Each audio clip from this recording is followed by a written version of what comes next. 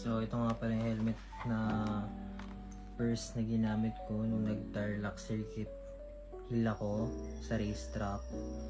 Yung event na yun is from Inside Racing.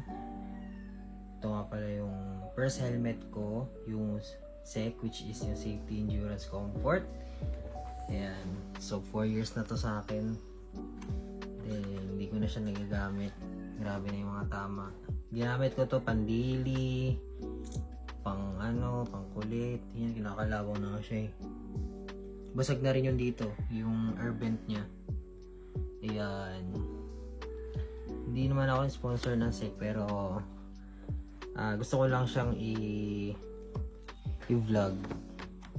Kasi grabe yung pinagdaanan. Kumuha itong mga air vent sa ibabaw. Puro gas-gas na siya. Dito sa mount, gas-gas na rin dito. Wala na rin yung lens niya kasi basag na. Ayun, ang dami na rin tama dito.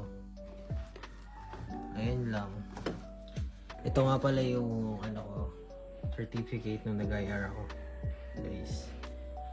Tapos mga trophy tayo. First, second and third. Kompleto from first to second, third. Beginner ako yan, guys. Beginner class. Because may stop na kami sa racing. So, share ko lang itong helmet. Napakaganda niyan. SEC Moto Supply. Safety, Endurance, and Comfort. The best helmet. Bye-bye. Peace. Ride safe, guys.